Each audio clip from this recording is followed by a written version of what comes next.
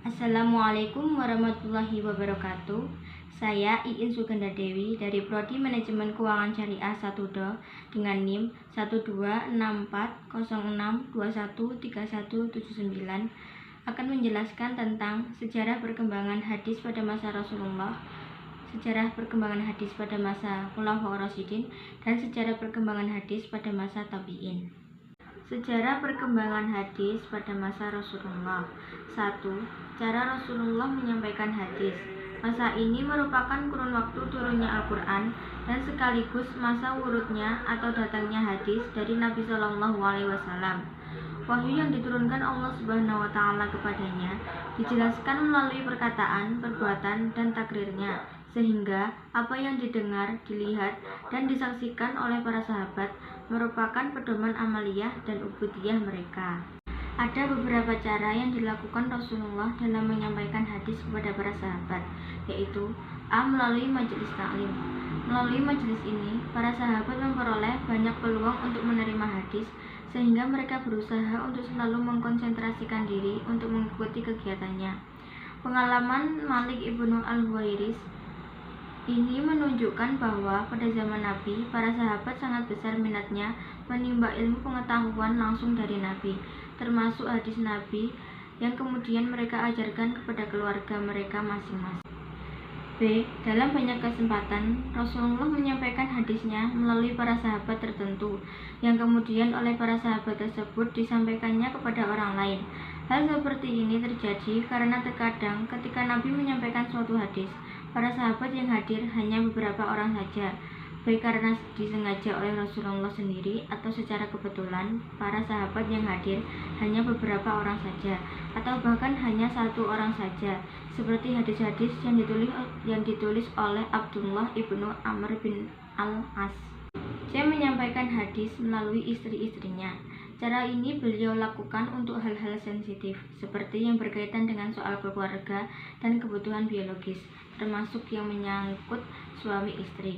Contohnya, hadis Nabi yang menjelaskan tentang seorang wanita yang bertanya kepada Nabi Shallallahu Alaihi Wasallam tentang mandi wanita yang telah suci dari haidnya. 2. Cara sahabat menerima hadis. Menurut Muhammad Abu Zahu, A. Al-Musyafahah, menerima hadis dengan mendengar langsung dari Rasulullah Shallallahu Alaihi Wasallam. B. Al-Musyahadah, menerima hadis dengan menyaksikan apa yang dilakukan Rasulullah Shallallahu Alaihi Wasallam dan takrirnya. C. As-Simai, menerima hadis dengan melalui para sahabat yang menerima hadis dari Rasulullah Shallallahu Alaihi Wasallam secara al-musyafaah ataupun secara al-musyahadah. Menurut Muhammad Aja al-Khatib, A. mendatangi majelis-majelis taklim Nabi Shallallahu Alaihi Wasallam. B. Ketika Rasulullah menghadapi peristiwa tertentu, maka beliau menyampaikan dan menjelaskan hukumnya kepada para sahabat dan memerintahkan mereka untuk menyampaikannya kepada yang tidak hadir.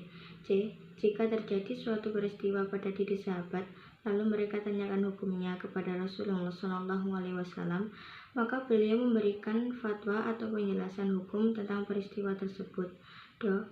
Para sahabat sendiri menyaksikan Rasulullah Shallallahu Alaihi Wasallam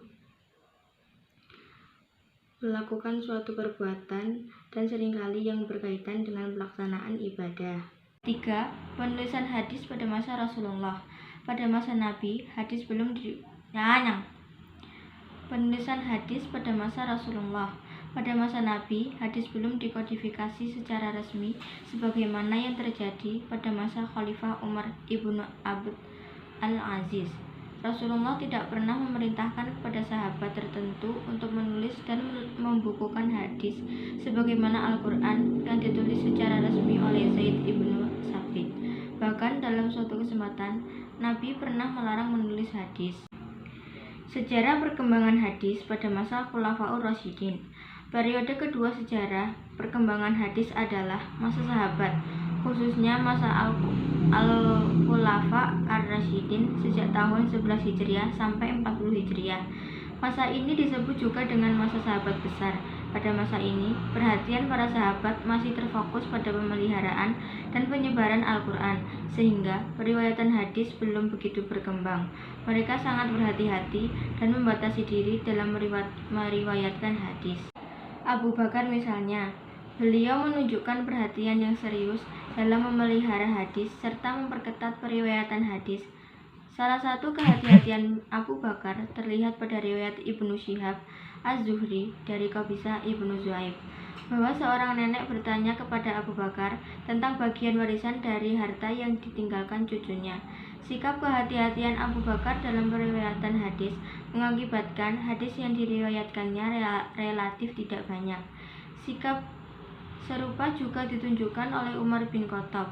Sebagaimana yang dilakukan Abu Bakar, Umar juga meminta saksi jika ada orang yang meriwayatkan hadis. Sikap Abu Bakar maupun Umar tersebut diikuti juga oleh Utsman bin Affan dan Ali. Selain cara di atas, Ali juga terkadang mengajukan sumpah kepada sahabat yang meriwayatkan hadis. Sejarah perkembangan hadis pada masa tabi'in. Sebagaimana para sahabat besar, para sahabat kecil dan tabi'in juga cukup berhati-hati dalam meriwayatkan hadis. Hanya saja, beban mereka tidak terlalu berat jika dibandingkan dengan yang dihadapi para sahabat. Pada masa ini, Al-Quran sudah dibukukan dalam satu mushaf, sehingga tidak lagi mengkhawatirkan mereka. Hadis-hadis yang diterima oleh para tabi'in ini ada yang dalam bentuk catatan-catatan atau tulisan-tulisan, dan ada pula yang harus dihafal. Di samping dalam bentuk-bentuk yang sudah terpolakan dalam ibadah dan amaliyah, para sahabat yang mereka saksikan mereka ikuti. Terima kasih, kurang lebihnya mohon maaf. Wassalamualaikum warahmatullahi wabarakatuh.